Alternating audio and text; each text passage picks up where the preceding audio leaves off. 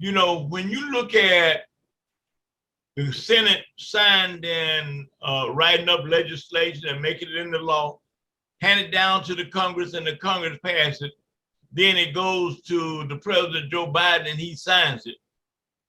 We're the only people in America that the top three branches of government can be behind something and nothing happens.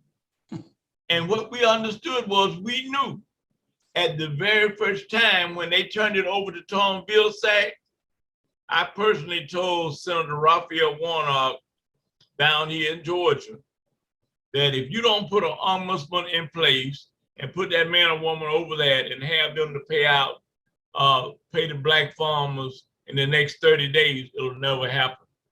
And it didn't happen because Tom Vilsack he slow walked it and talked about it, you know, for over 110 days. You know, we know for a fact that he could have had this stuff resolved way before then. So we understand Tom Vilsack. We know the stuff that he had done in the past dealing with black farmers under the Obama administration.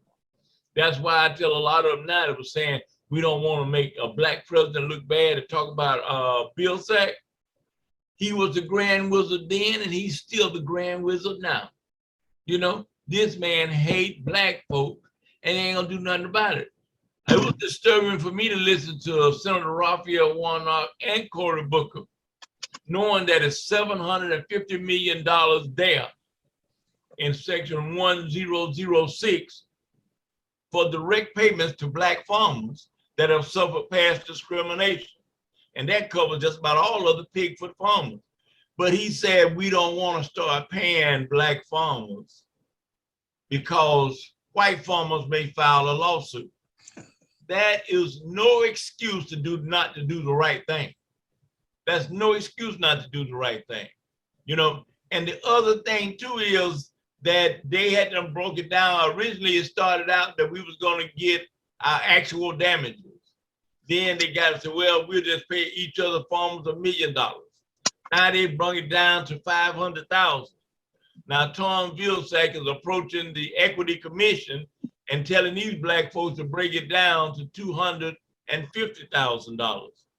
With 500,000, we have a lot of us that can see ourselves. $250,000 really, you know, you're playing with us and you're making us suffer more than we would for any other thing.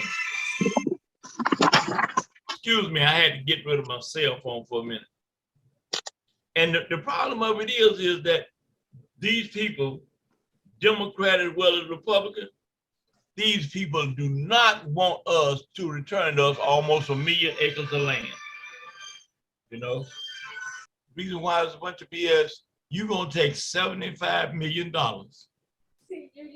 and give it to all of these here community-based organizations.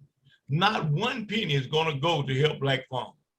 Now, none of those organizations are gonna do anything to help our condition, not one.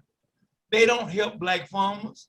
You know, and the thing about it is, we that's fighting USDA, the last thing we want to do is to get another loan to go back into USDA to go back through the same racism that we've been suffering for the last 20, 30 years. That's ridiculous. You know, they say got, what, 500 recommendations, right? What happened with the Pratt Commission? They had 92 recommendations and they have not implemented one and all the other recommendations. I think then the man is lying about how they're gonna reach us. You know, I mean, he lies so much that I listen to him and knowing that he's lying, you know? And, you know, he talked about 1005, but still the 1006 money is there to pay direct payments to black farmers. If you want to help black farmers, let the direct payments that they go to white farmers go to black farmers. Then you're saying you're gonna do something to help. Other than that, it's lip service is all he's doing. It's nothing but lip service.